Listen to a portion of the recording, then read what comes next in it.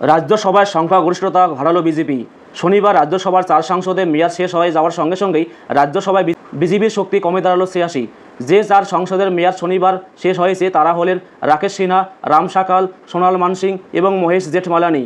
এই 4 সাংসদকেই শাসক দলের পরামর্শে মনোনীত করেছিলেন রাষ্ট্রপতি। পরবর্তী সময়ে রাজ্যসভায় বিভিন্ন ইস্যুতে এনডিএ সরকারকে সমর্থন জানিয়েছেন তারা। এই 4 সাংসদের মেয়াদ শেষ হওয়ার পর রাজ্যসভায় বিজেপির সাংসদ সংখ্যা কমে দাঁড়ালো 86। এনডিএর সাংসদ সংখ্যা দাঁড়ালো 101। রাজ্যসভায় মোট সদস্য সংখ্যা 245। বর্তমানে অবশ্য রাজ্যসভায় 225 জন সাংসদ রয়েছেন। ফলে সংখ্যা গরিষ্ঠতার জন্য প্রয়োজন 113 জন সাংসদের সমর্থন। অর্থাৎ এনডিএর হাতে এখন সংখ্যা গরিষ্ঠতার চেয়ে 12 জন সাংসদ কম রয়েছেন রাজ্যসভায়। অন্য বিরোধী শিবির ইন্ডিয়া ব্লকের হাতে রয়েছে 87 জন সাংসদ। এর মধ্যে কংগ্রেসের হাতে রয়েছে 26, তৃণমূল কংগ্রেসের হাতে রয়েছে 13 জন সাংসদ। পাশাপাশি ডিএমকে আপ এর হাতে রয়েছে 10 জন করে সাংসদ।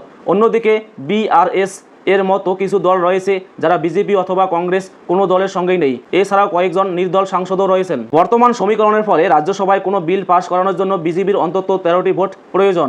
এর জন্য বিজেপির প্রধান ভরসা হতে পারে জগন রেড্ডির ওয়াইএসআর কংগ্রেস এবং এআইডিএমকে।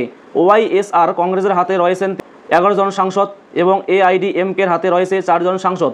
অতীতে এই দুই দলেই বিজেপি জোট সঙ্গী থাকলেও গত ডিসেম্বর মাসেই লোকসভা নির্বাচনের আগে এনডিএ ছেড়ে বেরিয়ে গিয়েছে তারা। জগন রেড্ডি অবশ্যই এর আগে বিজেপিকে বিভিন্ন বিল পাশের ক্ষেত্রে ইস্যুভিত্তিক সমর্থন দিয়েছেন। ফলে জগনের দলে 11 সাংসদের সমর্থন পাওয়া বিজেপি নিশ্চিত।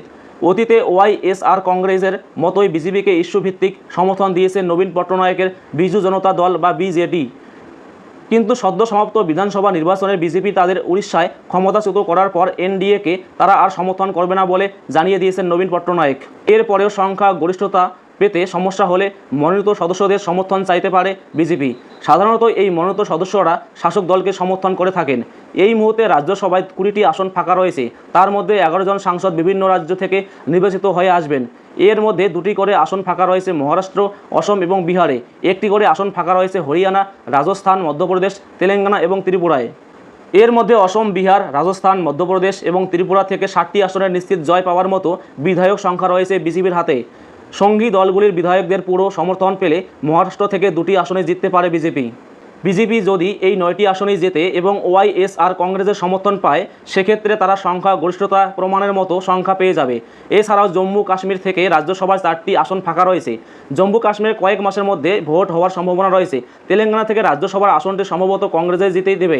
সেক্ষেত্রে রাজ্যসভাতেও বিরোধী দলনেতার পদটির জন্য দাবি জানানোর মতো সংখ্যা চলে আসবে কংগ্রেসের হাতে।